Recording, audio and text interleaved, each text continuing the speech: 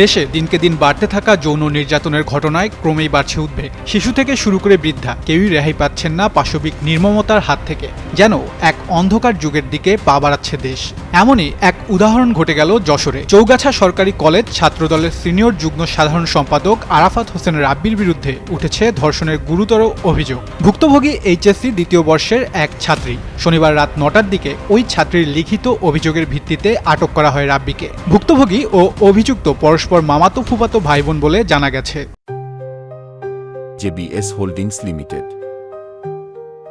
মামলার এজাহার সূত্র থেকে জানা যায়, ওই শিক্ষার্থী জাতীয় পরিচয়পত্র তৈরির জন্য আরাফাত হোসেন রাব্বির শরণাপন্ন হন। শনিবার সরকারি ছুটির দিনে উপজেলা নির্বাচন অফিস বন্ধ থাকার পরও রাব্বি সকাল 9টার দিকে তাকে চৌগাছা শহরে নিয়ে যায়। পরে অভিযুক্ত রাব্বি ভুক্তভোগীকে মিথ্যা অজুহাতে চৌগাছা পৌরসভার 4 নম্বর ওয়ার্ডের নিরিবিলি পাড়ার বাসিন্দা জাহানারা বেগমের বাড়িতে নিয়ে তাকে ধর্ষণ করেন। এতে অসুস্থ হয়ে পড়েন ভুক্তভোগী নারী। পরে একটু সুস্থ বোধ করলে তিনি সেখান থেকে নিজের বাড়িতে চলে যান এবং পুরো ঘটনা তার মা বাবাকে জানান। এরপর মা ও মেয়ে সন্ধ্যায় চৌগাছা থানায় লিখিত অভিযোগ দেন।